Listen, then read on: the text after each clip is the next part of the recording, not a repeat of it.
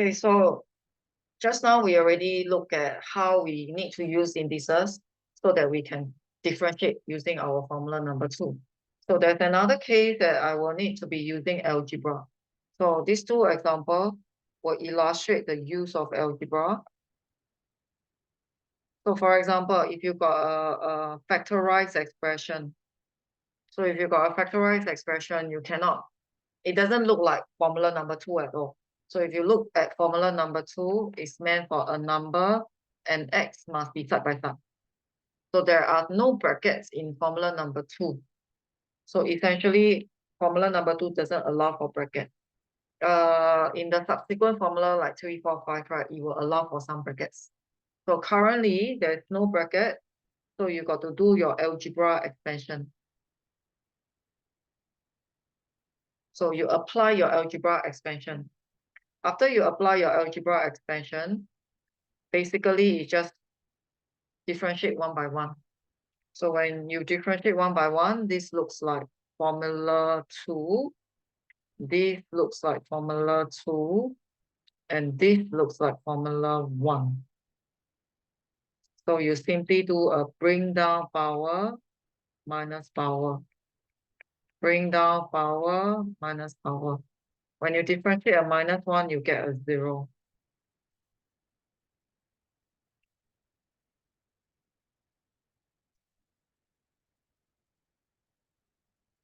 So you do not need to write everything here.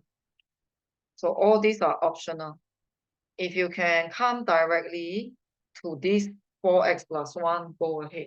You are expected to. So for simple formula like bring down power minus power, it is okay to just mentally do it. Unless if you keep making mistake, then we cannot. Then you just have to write down the step by step. Okay, so example 6, right? You got a fraction. The numerator contain x, the denominator contain x. So next time you'll learn another formula that deals with this. So before you learn that formula, you got to learn the idea of splitting the numerator.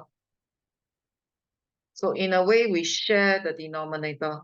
So 3x4 over x.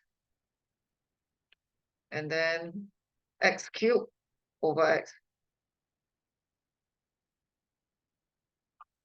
So you can split them up. And then subsequently, it allows you to get 3x cubed. It allows you to get x squared. But some students don't like to do this. Okay. Some students, right, they will do this. And then usually they are the ones where their indices is not very good. Or sometimes they get confused by indices. So some students, right, when they see the x, right, they actually change it. You can do it this way, and then you also multiply in. You can do it this way, and you also multiply in. So what do you do when you multiply in? What did your indices teach you? Same base multiplication, you add the power. You will still get back the 3x cubed.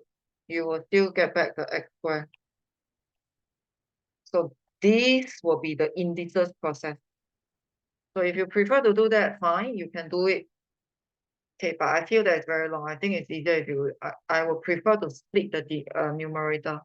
So in a way, we share the denominator. So do take note. I got this part that says that we don't split a denominator. Okay, so in a way, okay, what I meant is, this is correct. You can make it into this. But if you have something like this, you cannot make it like this. We cannot split the denominator, but we can split the numerator. In a way, splitting the numerator is like sharing denominator. So these are the technicality involved. Some students, they will do different things. There's a lot of things that students will do. So this is the algebra technique.